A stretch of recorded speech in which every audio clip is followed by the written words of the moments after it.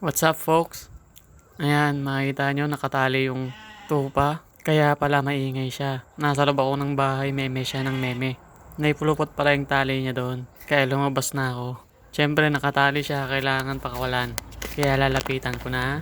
Naglalakat na ako. Ayun ako. Wala akong damit kasi nga mainit. Nakarating na ako. Kailangan ko na lang gawin. Tanggalin ang pagkabuhol ng tali niya. Hindi ko alam kung anong ginagawa niyan eh. Kung bakit napakaigpit ng tali niya. Yung pagkabuhol pala. Sa bagay, mahaba kasi tali niyan eh.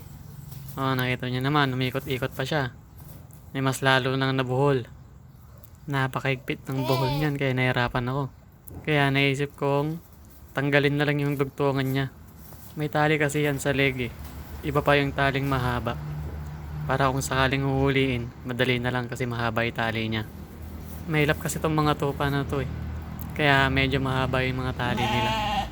Parang sa baging pa nga na yung tali ito eh. Makita nyo naman. Hindi pala makita. May damo dyan eh, mataas. Alam ko yun yung parang baging eh. So tatanggalin ko na yung nasa leg niya, yung dugtungan. Para makawala. Tsaka ako tatanggalin yung nabuhol. Yan yung pinakadugtungan niya. Para madali nilang tanggalin. Ayan, natanggal ko na. Tatanggalin ko na lang yung buhol. Siyempre hindi ko siya bibitawan. Kasi kailangan ko ibalik yung tali niyan. Para madaling huliin ulit. Kung sakaling mabuhol ulit, di ganun ulit. Diba? Napakalit na problema pinapalaki. Nahirapan pa nga akong hilain yan. Hindi ko alam kung ba't ganun yung buhol niya. Dapat paikot lang yan eh. Buti hindi pa nitali yung katawan yan. Minsan kasi natatali din yung mga katawan yan eh. O kaya yung mga paa. Makita nyo naman, I'm strong. Hindi ka pakakawalan yung tupa na yan hanggat di ko na ikakabit yung tali niyan. Hilahin niya pa ako, di ba? So, yan, kakabit na natin. Medyo matagal lang yung pagkabit ko kasi nakalimutan ko kung paano yung tali niyan. Di ko na kasi ginagawa yung tali na yun eh. Isa na lang ginagawa kong loop. Nakalimutan ko na yung loop na yun eh. So, ikakabit ko na lang yung dugtungan ng tali niyan. At nang makalis na siya. Wala na kasi mga kasama niyan eh. Umalis na.